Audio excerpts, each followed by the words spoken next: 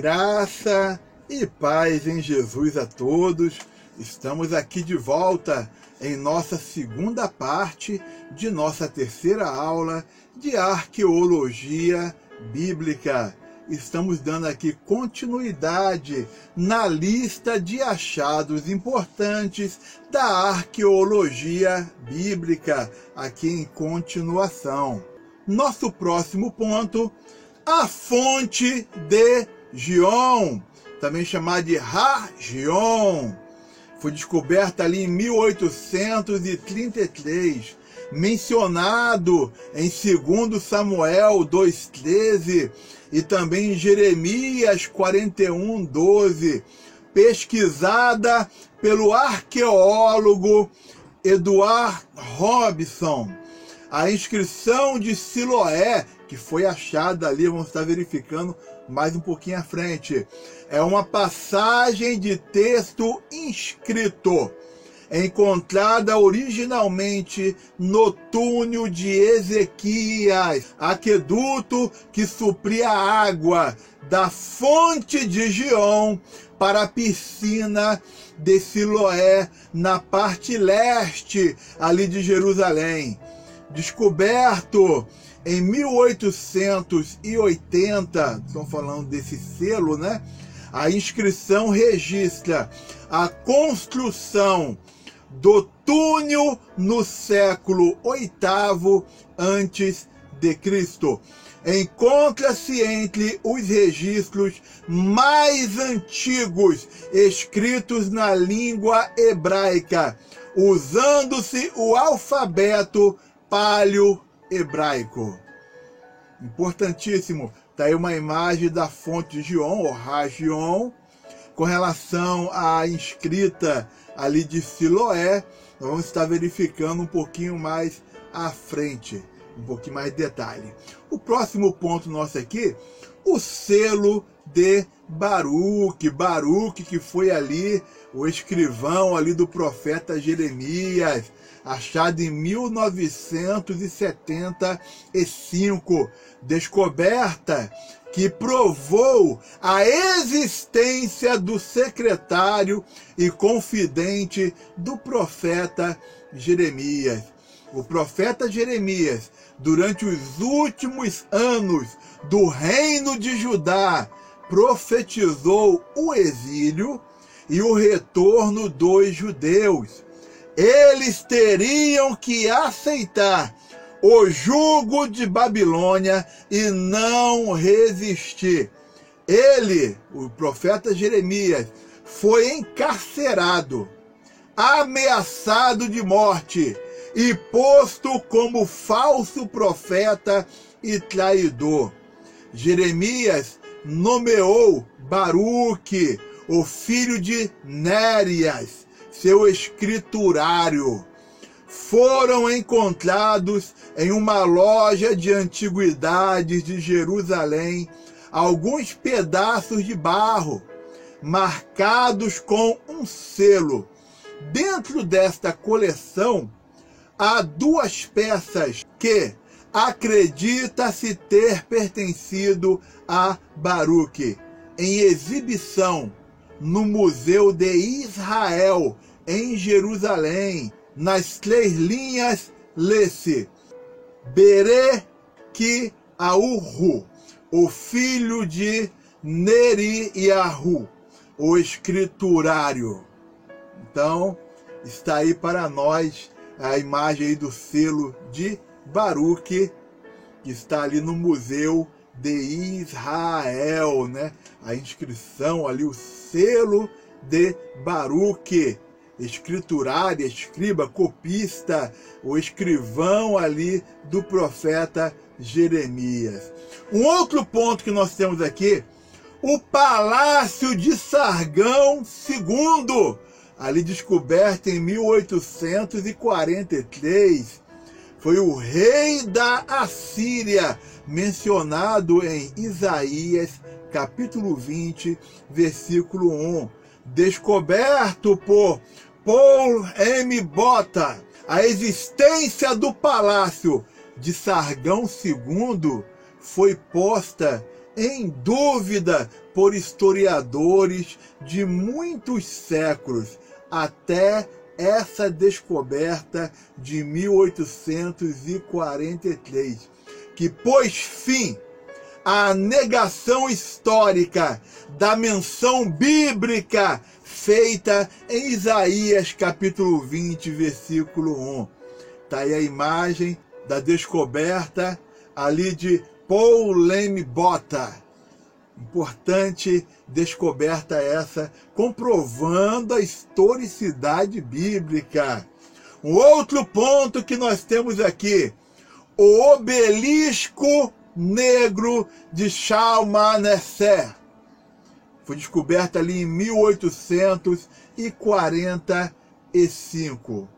Um artefato que o arqueólogo Austin Henry Laird encontrou na antiga cidade de Nínive, assim chamado um dos mais antigos artefatos arqueológicos a se referir a um personagem bíblico. O rei hebreu Jeú, que viveu cerca de 9 séculos antes de Cristo. Assim como o prisma de Taylor. Vou estar mostrando as duas imagens do obelisco negro de Shalmaneser e o prisma de Taylor. Inclusive, aqui no nosso quadro aqui, a ilustração que eu fiz foi do prisma de Taylor. Então, como eu estava falando, assim como o prisma de Taylor, ambos são artefatos que mostram duas derrotas militares de Israel.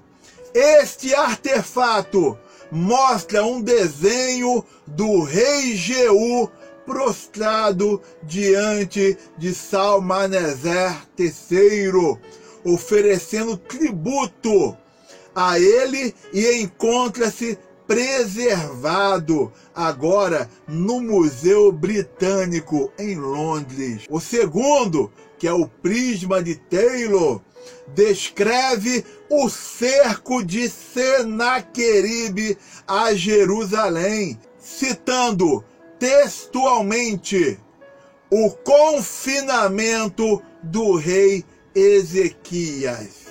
Que importância, que grandiosidade esse conhecimento dos achados arqueológicos. Está aí a imagem do obelisco negro de Shalmaneser para a nossa verificação dentro da arqueologia bíblica. Também vou estar mostrando aqui a imagem do prisma de Taylor. Como é importante esse conhecimento. Um outro ponto que nós temos aqui é outras descobertas significantes. Lembrando que eu citei para os irmãos que nós iríamos estar repetindo alguns assuntos que já foram falados em aulas anteriores. E nós temos mais 6 itens aqui nesse momento em outras descobertas significantes. A inscrição de Siloé, que eu falei que eu ia citar, encontrada acidentalmente por algumas crianças que nadavam no tanque de Siloé. Essa antiga inscrição hebraica marca a comemoração do término do túnel construído pelo rei Ezequias, conforme o relato de 2 Crônicas, capítulo 32, versículo 2 ao versículo 4. É interessante essa obra, que você, quando vai analisar como foi feito esse túnel de Ezequias, você vai ver o seguinte, que vieram escavadores escavando na pedra, na rocha, de uma parte, de um lado, e outros escavadores de outra parte, até se encontrarem. É importantíssimo o conhecimento. Estou mostrando aqui para os irmãos o selo, a inscrição de Siloé, para nosso conhecimento. Que maravilha! o nosso segundo pontinho aqui, textos de Balaão, fragmentos de escrita aramaica encontrados em Tel Der Alá, que relatam um episódio da vida de Balaão, filho de Beor, e descrevem uma de suas visões, indícios de que Balaão existiu e viveu em Canaã, como afirma a Bíblia no livro de Números, lá no capítulo 22 ao capítulo 24. Um outro achado que nós temos aqui, o papiro de Ippur. Já falamos sobre isso aí anteriormente. Oração sacerdotal escrito por um egípcio chamado Ippur, onde questiona o deus Oro. Ele questiona: o deus Oro vai fazer nada não? Sobre as desgraças que ocorrem no Egito. As pragas mencionadas são: o rio Nilo se torna ali em sangue, escuridão cobrindo a terra, animais morrendo no pasto, entre outras, que parecem fazer referência às pragas relatadas no livro de Êxodo. Mostrando para os irmãos aqui a imagem do papiro de Ippur. É importantíssimo essa nossa verificação dentro do nosso conhecimento da arqueologia.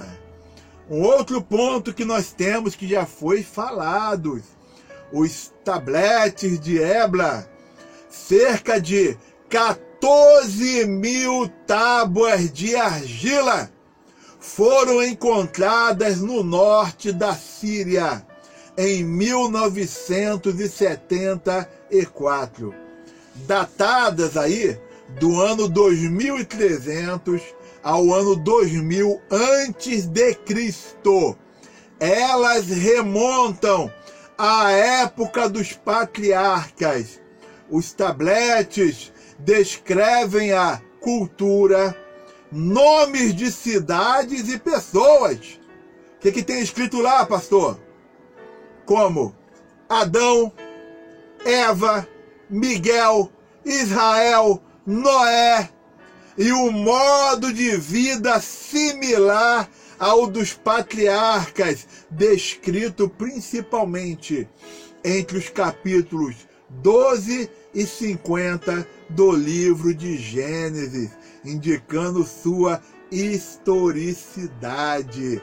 Mostrar uma imagem para os irmãos aqui, foi o momento que foi achado, a maneira como foi achado ali esses tabletes ali em Ebla, ou seja, basicamente uma biblioteca, tudo escrito ali em argila, que alguns chamam de barro. É importantíssimo, olha só, em escritas cuneiformes, mas ali citando o nome de Adão, de Eva, Miguel, Israel, Noé, e como era a vida ali naquele tempo.